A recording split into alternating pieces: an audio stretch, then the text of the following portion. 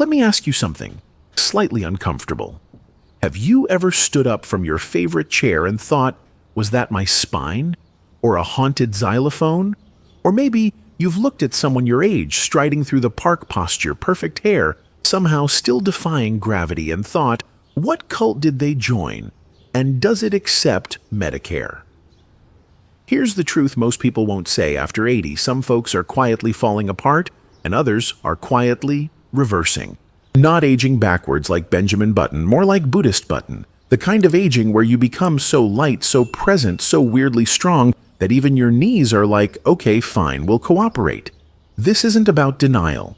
It's about defiance. Scientific, spiritual, and slightly ridiculous defiance. Because the things we're about to cover, 6 strange, simple, slightly embarrassing things, are exactly what separate the ones still living from the ones just orbiting the couch. So if you can still do even a few of these things, stand, balance, laugh, without dislocating something, then congratulations. You're not just surviving, you're messing with Father Time's schedule, and he's not happy about it. Stay with me.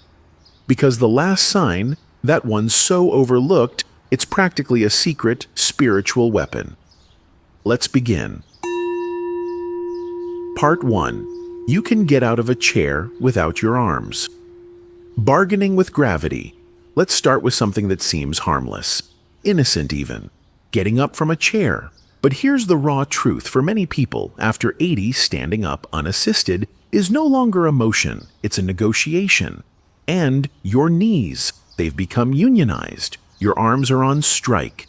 And your lower back has already filed a complaint with the karmic HR department. If you still get out of a chair without using your hands to push lean prey or bribe the furniture, then my friend, you are doing better than most. Not just physically, but spiritually.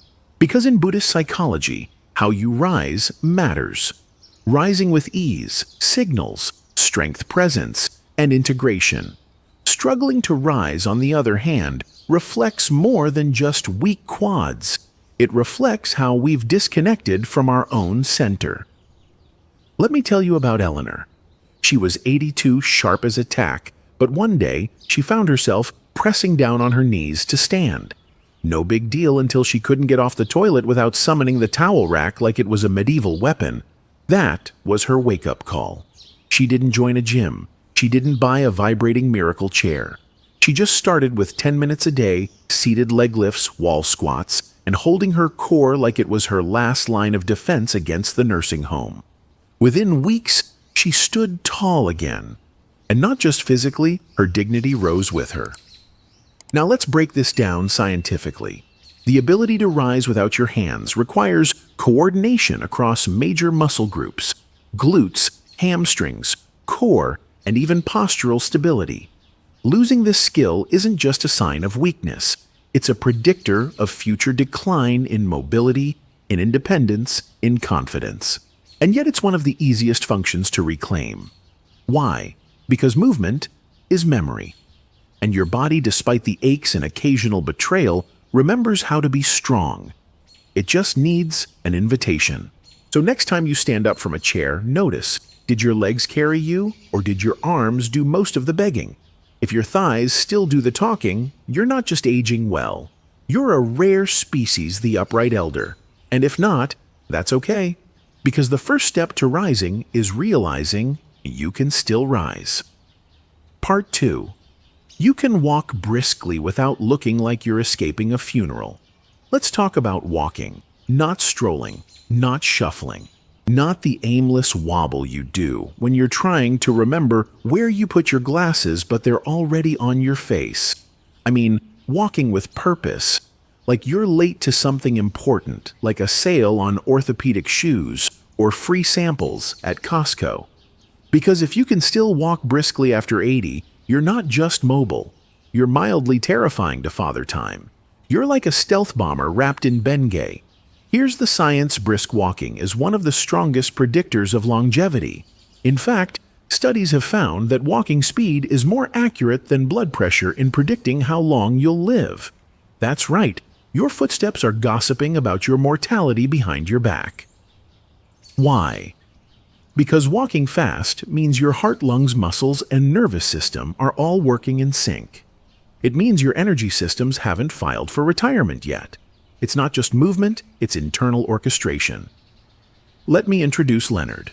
He's 79, retired pharmacist, and swore he was just slowing down a little. One day he realized it took him longer to get around the block than it did to explain what TikTok was to his granddaughter. So he made a game out of it. First, he walked to the mailbox like it owed him money. Then, the corner. Then, 2 blocks. Within a month, he was walking fast enough to scare joggers and found himself laughing more, breathing deeper, and sleeping better. Now here's the Buddhist layer. Walking is meditation in motion. In Zen practice, every step is sacred. But that doesn't mean slow. It means aware, purposeful. When you walk briskly and consciously, you're not escaping age, you're meeting it on your own terms. And here's the punchline: most people don't stop walking because they're tired. They stop because they're scared. Scared of falling, of tripping, of looking weak. But fear shrinks your world one hesitant step at a time. So ask yourself this: can you walk 10-20 feet like you're trying to catch a bus? Or a second chance? If you can, then congratulations. You're not just moving. You're defying gravity biology and probably a few neighbors' expectations. And if you can't yet, start with the mailbox. Walk like you still have somewhere to be. Because you do. You're not done yet. Part 3. You can balance on one foot without summoning the emergency room. All right, time to play a little game. Stand up near a wall unless you're feeling lucky. Now lift one foot just a few inches off the ground. Hold it. 1 Mississippi, 2 Mississippi. And if you just flailed like a cat trying to escape a bathtub, congratulations, you've just completed the Elder Olympics Gravity Edition.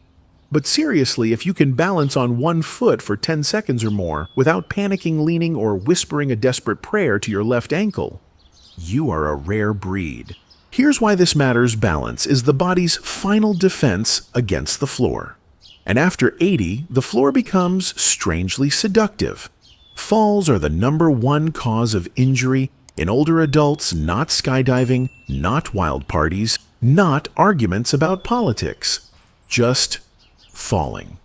But here's the deeper part no one tells you. Balance isn't just about your legs. It's a coordination between your brain, inner ear, eyesight muscles, and proprioception, which is your body's mystical GPS system that tells you where your limbs are even when you're not looking.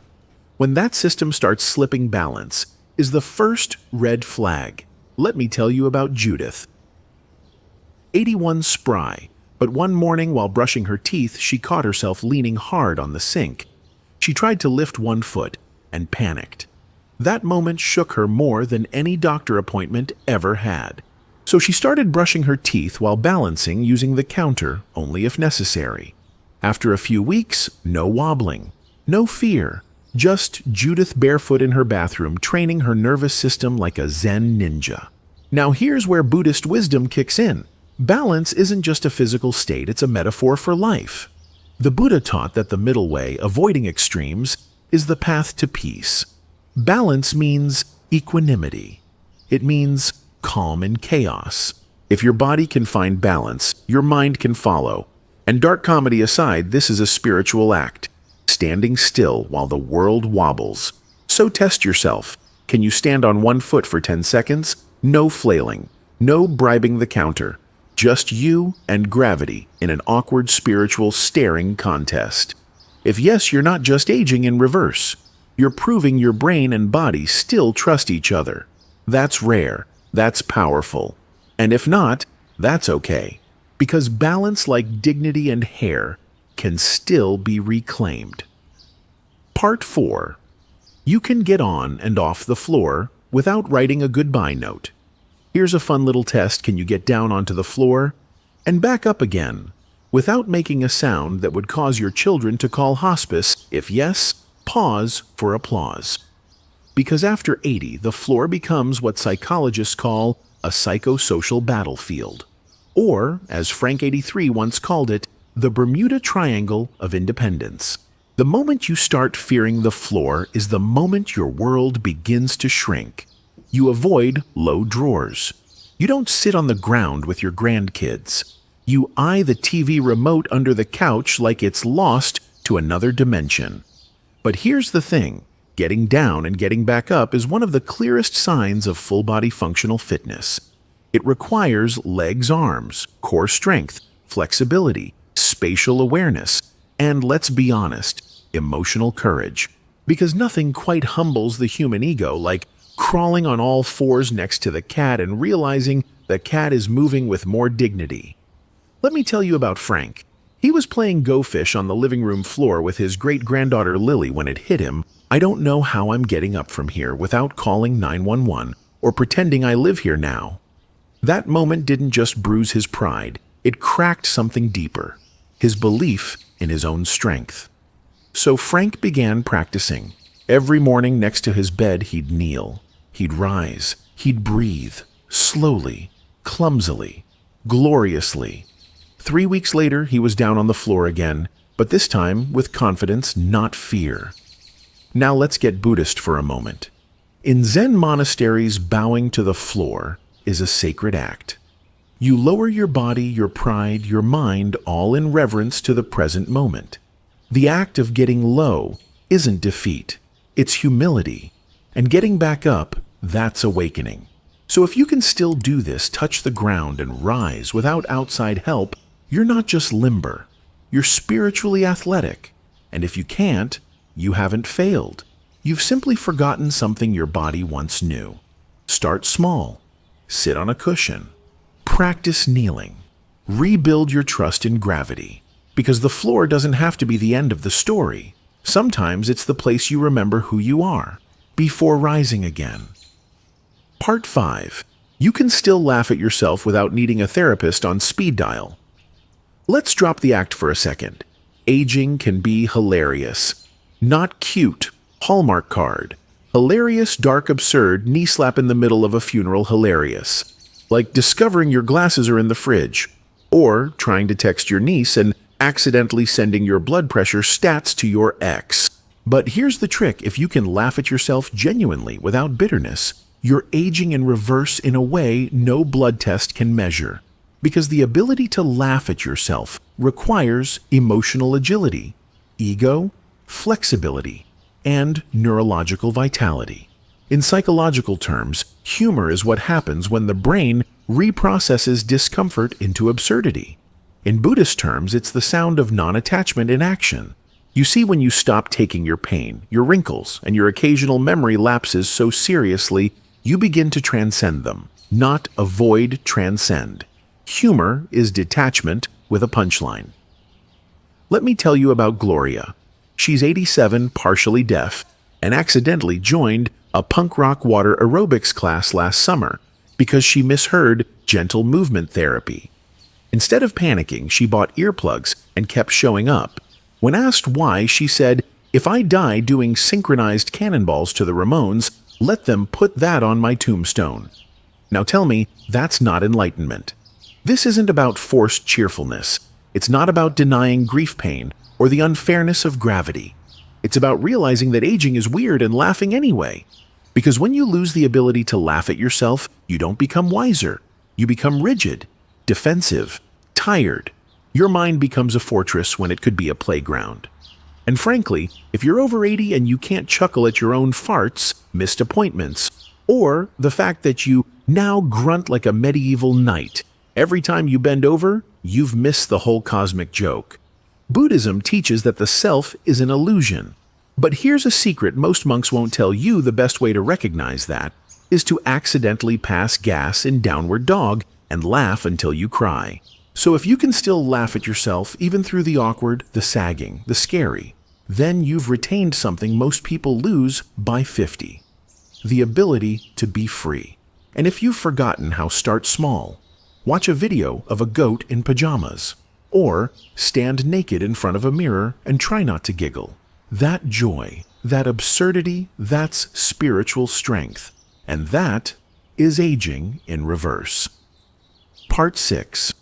You wake up feeling like a human and not like an ancient IKEA couch. Let's talk about mornings. Because if you're over 80 and can get out of bed without needing a 5-minute diagnostic check of your knees, hips, bladder, and general will to live, then congratulations. You might be the only person alive who isn't secretly haunted by their mattress. For many older adults, waking up doesn't feel like beginning a new day. It feels like surviving a small car crash. The stiffness, the brain fog, that mysterious ache in your left toe that wasn't there last night and now demands a name and a backstory. But here's the golden rule of reverse aging. If you wake up feeling refreshed, steady, and ready to move, your body is still healing overnight. That's not normal. That's elite. Here's the science: as we age, our deep sleep phases shorten, our melatonin production drops, and our circadian rhythms start partying without us. Most people over 80 wake up multiple times a night for the bathroom, for pain, or because the spirit of arthritis wants to talk. But good sleep isn't just luck. It's a signal that your nervous system is calm, your hormones are balanced, and your internal clock hasn't thrown itself into a dumpster fire yet. Let's meet Ruth, 86. She was waking up exhausted, groggy, and one step away from drinking coffee through an IV. Doctors ran tests, nothing. Then she made 3 changes. No screens after sunset. Dimmed the lights before bed.